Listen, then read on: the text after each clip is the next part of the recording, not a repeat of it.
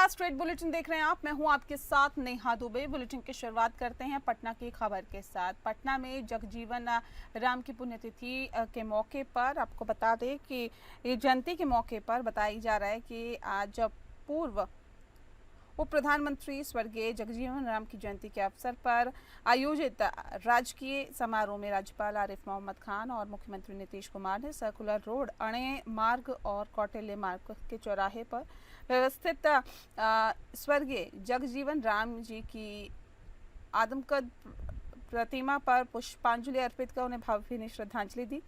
इस अवसर पर उप मुख्यमंत्री सम्राट चौधरी, उप मुख्यमंत्री विजय कुमार सिन्हा, बिहार विधानसभा के अध्यक्ष नंदकिशोर यादव, जल संसाधन सह संसदीय कार्य मंत्री विजय कुमार चौधरी, अनुसूचित जाति एवं अनुसूचित जनजाति कल्याण मंत्री जनक राम, विधान पार्षद संजय कुमार उर्फ गांधी जी सहित अनेक गणमान्य व्यक्तियों और सामाजिक कार्यकर्ताओं ने स्वर्गीय जगजीवन राम जी की प्रतिमा पर माल्यार्पण कर उन्हें श्रद्धांजलि दी।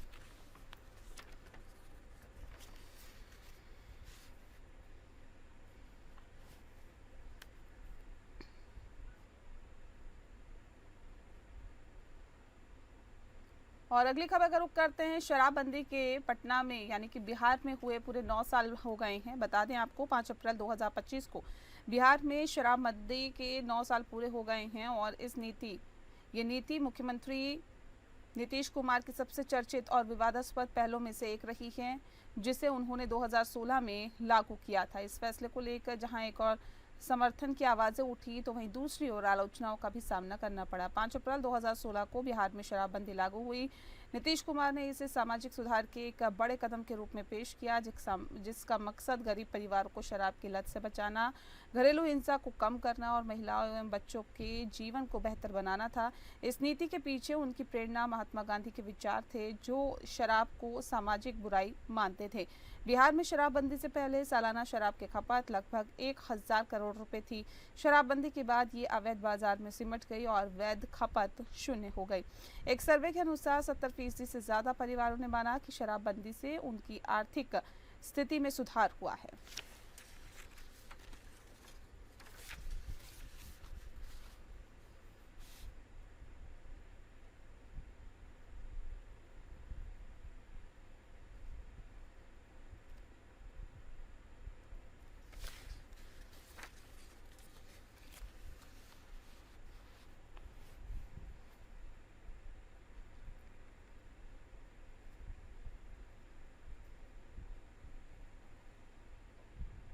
और अगली खबर का रुख करते हैं पटना से। अगली खबर, चिराग पासवान ने विपक्ष पर बड़ा हमला बोला है। बता दें आपको कि केंद्र सरकार द्वारा वक्फ संशोधन बिल को संसद के दोनों सदनों से पारित किए जाने के बाद देश भर में सियासी बयानबाजी तेज हो गई है।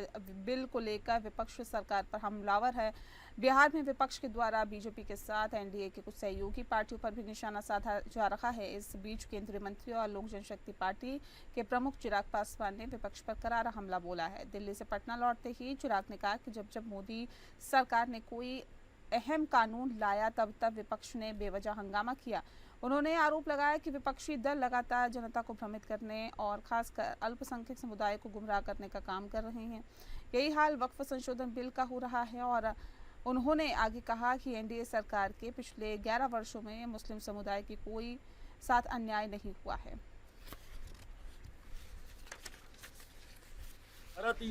जहाँ पे बहुसंख्यक मुसलमान थे, बट इन्होंने लोगों के बीच में, भारत में रह रहे मुसलमानों के बीच में भ्रम फैलाने का काम किया, ये कहकर कि इसमें मुसलमानों को नागरिकता नहीं दे रहे, इसलिए आप लोगों की नागरिकता छीन ली जाएगी। ये झूठ बोलने का काम। धारा 370 हटाते वक्त भी यही कहा गया था कि अब धारा 370 अगर हट गई तो देश भर के मुसलमानों को बर्बाद कर दिया जाएगा, निकाल दिया जाएगा।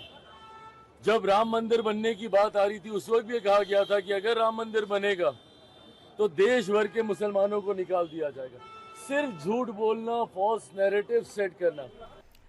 और तेजस्वी यादव का बड़ा बयान सामने आया है। तेजस्वी यादव ने इस बात को कहा है कि अगर हमारी सरकार आई तो वक्फ बिल बिहार में लागू नहीं किया जाएगा। पटना स्थित आरजेडी कार्यालय में प्रेस कॉन्फ्रेंस के दौरान उन्होंने इस बात को कहा है। बता दें कि तेजस्वी ने कहा कि भाजपा के लोग ध्रुवीकरण की राजनीति करके देश को बांटना चाहते हैं। बेरोजगारी, पलायन, गरीबी, शिक्षा जैसे असल मुद्दों से ध्यान भटकाकर अपनी राजनीतिक रोटियां सेकना चाहते हैं।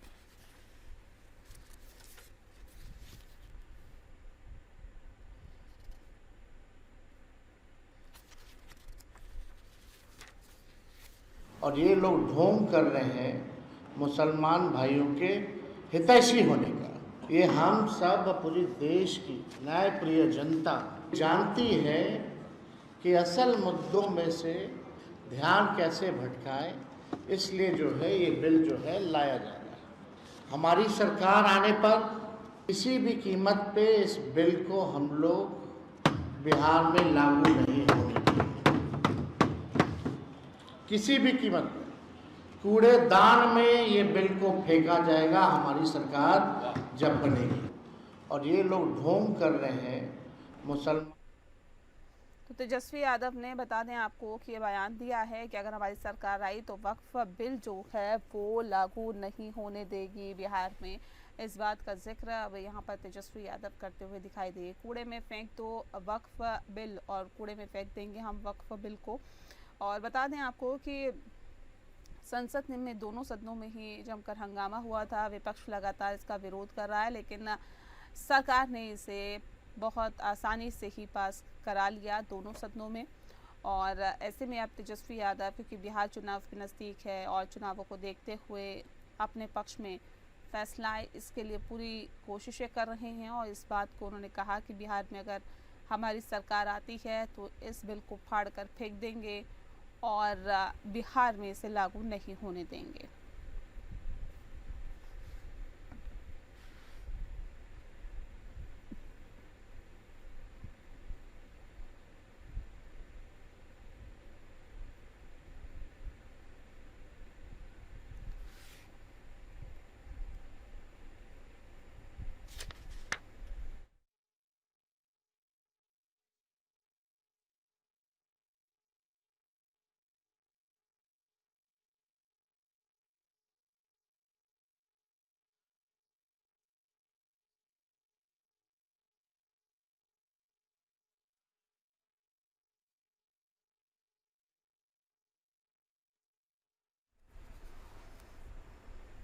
अगली खबर का रुख करते हैं। वक्फ संशोधन बिल लोकसभा और राज्यसभा से पास होने के साथ ही अब राष्ट्रपति के हस्ताक्षर के साथ ही कानूनी रूप ले लेगा, कानूनी शक्ल ले लेगा। और आपको बता दें कि कांग्रेस के मंत्री इसे झारखंड में लागू नहीं होने देने की बात कह रहे हैं।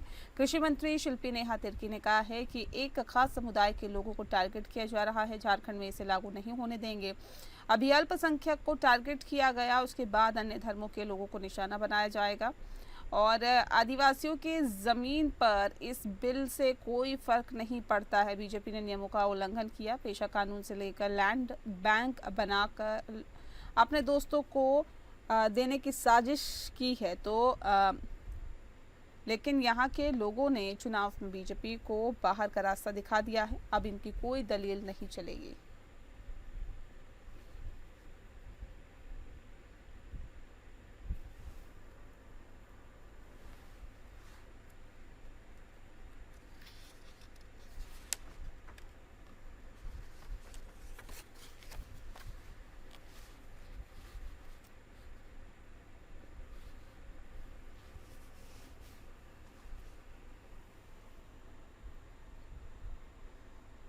और अगली खबर का रुख करते हैं। बात करते हैं बोकारो की। बोकारो में आपको बता दें कि जिस तरह से झारखंड के बोकारो में विस्थापित अप्रेंटिस संघ के ऊपर की लाठीचार्ज की गई, एक के बाद एक विस्थापित की मौत हो गई है और राजनीति भी इस पर शुरू हो गई। एक विस्थापित की मौत के साथ ही राजनीति शुरू हो गई है। बोकारो स्टील प्लांट में मेन गेट पर धरने पर बैठी कांग्रेस विधायक श्वेता सिंह और उसके समर्थकों ने डुमरी विधायक जयराम महतो के पहुंचने पर उनकी गाड़ी पर हमला करते हुए उनका विरोध किया। इस दौरान कांग्रेस विधायक श्वेता सिंह भी मौजूद रहीं। बता दें कि जयराम महतो ने कहा है कि एक पढ़ी लिखी विधायक का इस तरह व्यवहार करना दुर्भाग्यपूर्ण है। हमें ये उम्मीद नहीं थी कि इस तरह कांग्रेस विधायक बात करेंगे। विचारधारा अलग हो सकती है, लेकिन हम लोग विस्थापितों की लड़ाई लड़ने के लिए आए हैं।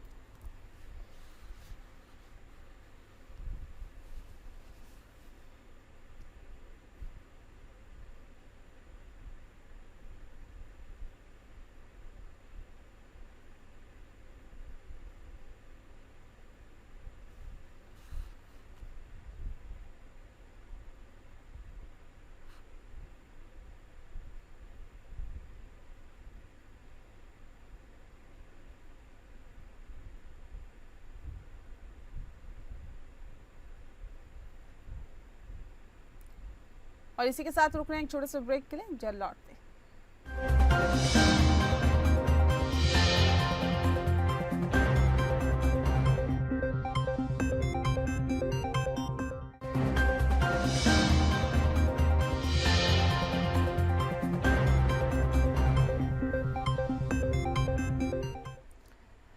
चलिए ब्रेक के बाद स्वागत है आपका और खबरों में आगे बढ़ते हैं। बात बेरमो की करते हैं। बेरमो में सड़क दुर्घटना में जैप के जवान की मौत हो गई है। बताया जा रहा है कि बेरमो थाना क्षेत्र के फुसरो डुमरी मुख्य पथ अमलू चेक पोस्ट के समीप सुबह सड़क दुर्घटना में एक युवक की मौके पर ही मौत हो गई। वहीं एक गंभीर युवक घायल हो गया है। बता दें आपको कि बेरमो पुलिस और स्थानीय लोगों की मदद से घायल युवक को केंद्रीय अस्पताल डोरी पहुंचाया गया, जहां पर डॉक्टर्स ने प्राथमिक उपचार कर बेहतर इलाज के लिए उसे रेफर कर दिया। जानकारी के अनुसार मृतक का नाम सोमनाथ टोप्पो है, जो कि झारखंड जैप का जवान बताया गया है। वह रांची का रहने वाला है।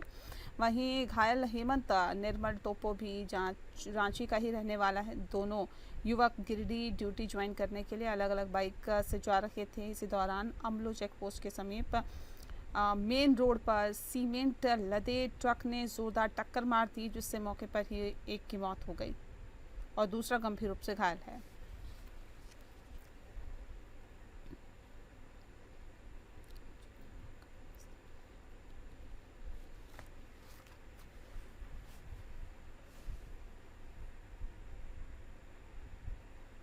और अब बात करते हैं बोकारो की। बोकारो में नियोजन की मांग कर रहे हैं विस्थापित और विस्थापितों पर लाठियां भांजी गई है। बता दें आपको, नियोजन की मांग को लेकर एडीएम बिल्डिंग समीप विस्थापित अप्रेंटिस संघ धरना प्रदर्शन है और इस प्रदर्शन में विस्थापित जो हैं प्रदर्शन का नियोजन की मांग कर रहे हैं। उग्र प्रदर्शन को देखते हुए बोकारो प्रबंधन ने CISF और पुलिस जवान को मौके पर तैनात किया था। इसी उग्र प्रदर्शन में दोपहर में भी लाठीचार्ज चली और स्थिति सामान्य हो गई, लेकिन शाम होते होते यह आंदोलन बड़ा रूप ले चुका और जमकर लाठियां भी चलने लगी, जिसमें एक युवक की मौत हो गई, जबकि एक की स्थिति गंभीर बताई जा रही है। वहीं 3 से 4 लोगों को अस्पताल में इलाज के लिए भर्ती कराया गया। वहीं मृतक 26 वर्षीय युवक प्रेम महतो, पिता बरू महतो, शिबू टाट का रहने वाला बताया जा रहा है।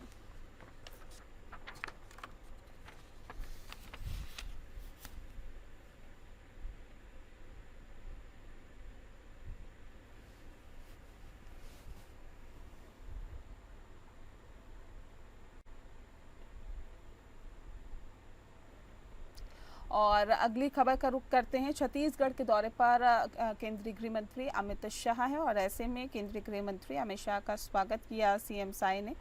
बता दें आपको, शुक्रवार को रायपुर के स्वामी विवेकानंद विमानतल पहुंचने पर मुख्यमंत्री विष्णुदेव साई ने उनका आत्मीय स्वागत किया। शाह शनिवार को दंतेवाड़ा में मां दंतेश्वरी मंदिर पहुंचे। चैत्र नवरात्रि की अष्टमी पर दंतेश्वरी मां की पूजा अर्चना की और उनका आशीर्वाद लिया। दंतेश्वरी मंदिर में पूजा अर्चना के बाद अमित शाह सीधे दंतेवाड़ा हाई स्कूल ग्राउंड में बस्तर पंडुम के समापन कार्यक्रम में शामिल हुए। शाह बस्तर पंडुम में आपको बता दें कि बस्तर की पारंपरिक व्यंजनों का भी स्वाद लिया और इसके अलावा सरेंडर नक्सली और नक्सलियों का इनकाउंटर करने वाले जवानों से भी मुलाकात की। दंतेवाड़ा से अमित शाह सीधे रायपुर पहुंचे और जहां पर रायपुर में अमित शाह ने नक्सल मुक्त भारत के संकल्प को साकार करने की दिशा में LWE पर समीक्षा बैठक भी की।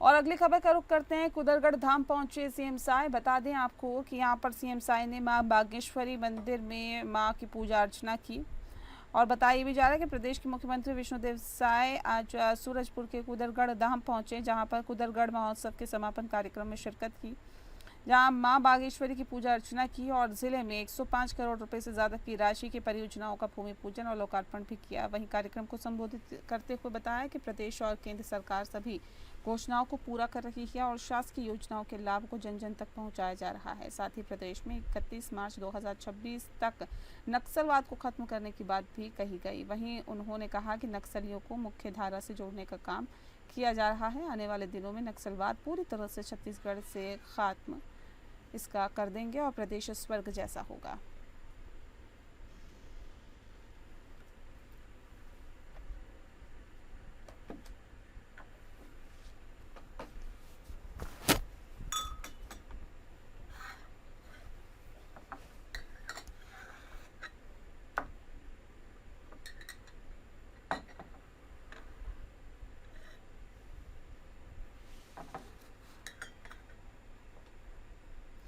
और अगली खबर का रुख करते हैं। अग्रवाल समाज के कार्यक्रम में सीएम विष्णुदेव साय शामिल हुए और बताई जाए कि दानशीलता दिवस पर आयोजित सम्मान शपथ ग्रहण समारोह हुआ था, जिसमें विष्णुदेव साय मुख्यमंत्री शामिल हुए हैं।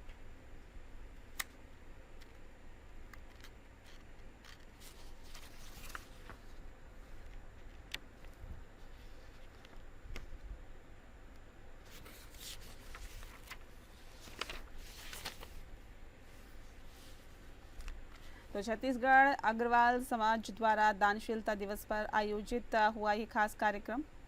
उन्होंने इस दौरान छत्तीसगढ़ी अग्रवाल भवन में समाज द्वारा नवनिर्मित 200 सीटर ऑडिटोरियम का लोकार्पण और दानदाताओं का सम्मान भी किया। मुख्यमंत्री विष्णुदेव साय ने अग्रवाल समाज की दानशीलता के कार्य की प्रशंसा करते हुए कहा कि मानवता की सेवा और दानशीलता के लिए अग्रवाल समाज हमेशा से ही आगे रहा है। छत्तीसगढ़ी अग्रवाल समाज का छत्तीसगढ़ से काफी पुराना नाता रहा है।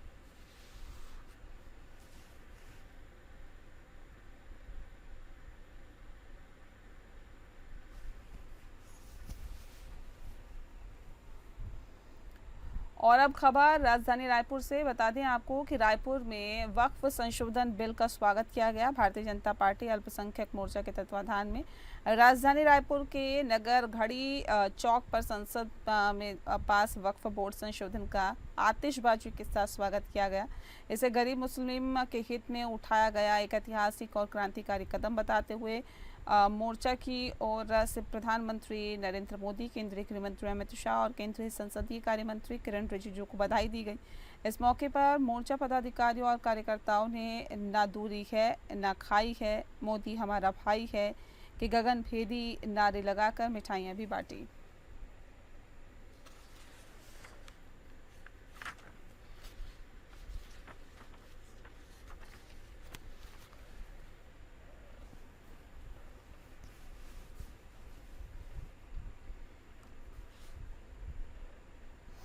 और अगली खबर भी रायपुर से। रायपुर में अब गंदगी फैलाने पर जुर्माना देना होगा। बता दें आपको कि रायपुर में नगर निगम स्वास्थ्य अधिकारी ने कटोरा तालाब में पोहा पॉइंट पर गंदगी फैलाने पर 5,000 रुपये का जुर्माना किया। रायपुर नगर पालिका निगम ने इनके जो आयुक्त हैं विश्वदीप के निर्देश पर राजधानी रायपुर की साफ सफाई का प्रतिदिन नियमित अवलोकन करने के लिए निकल रही है। और नगर निगम की स्वास्थ्य अधिकारी डॉक्टर तृप्ति पाणिग्रही ने आज साफ सफाई के अवलोकन के दौरान कटोरा तालाब में पोहा पॉइंट दुकान को गंदगी फैलाने पर तत्काल संबंधित दुकान के संचालक पर 5,000 रुपये का जुर्माना किया और उन्हें भविष्य के लिए कड़ी चेतावनी दी। शहर में सफाई व्यवस्था को जन जागरण कर राजधानी के अनुरूप सुधारने, गंदगी फैलाने वाले दुकानदारों को चेतावनी देकर उन पर लगातार जुर्माने की कार्रवाई की जा रही है।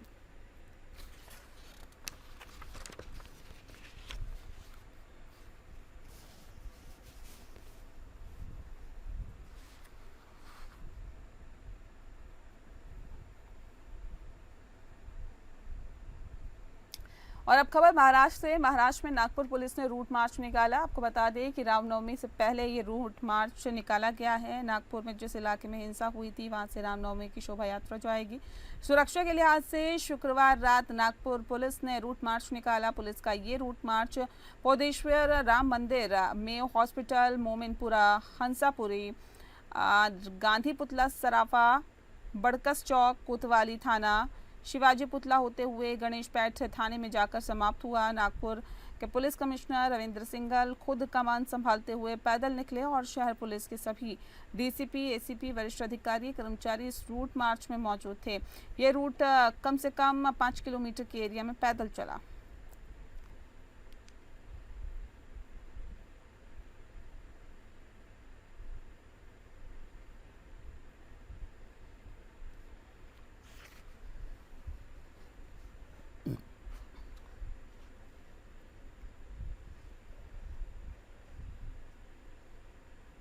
और अब बात करते हैं पंजाब की मोगा में बता दें आपको नशे के विरुद्ध जो है मुहिम छेड़ी गई है।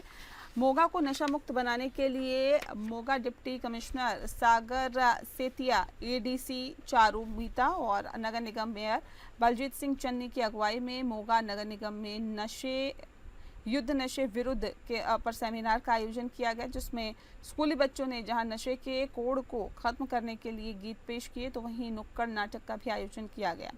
इस मौके पर नगर निगम के सभी कर्मचारियों के अलावा शहर के एनजीओ और समाज सेवियों ने भी भाग लिया। इस कार्यक्रम में भारी संख्या में महिलाओं ने भी हिस्सा लिया और डिप्टी कमिश्नर सागर सेतिया ने नौजवानों को नशा छोड़ने और स्किल की जानकारी लेने के बारे में प्रशासन द्वारा चलाए जा रहे प्रोग्रामों के बारे में जानकारी दी।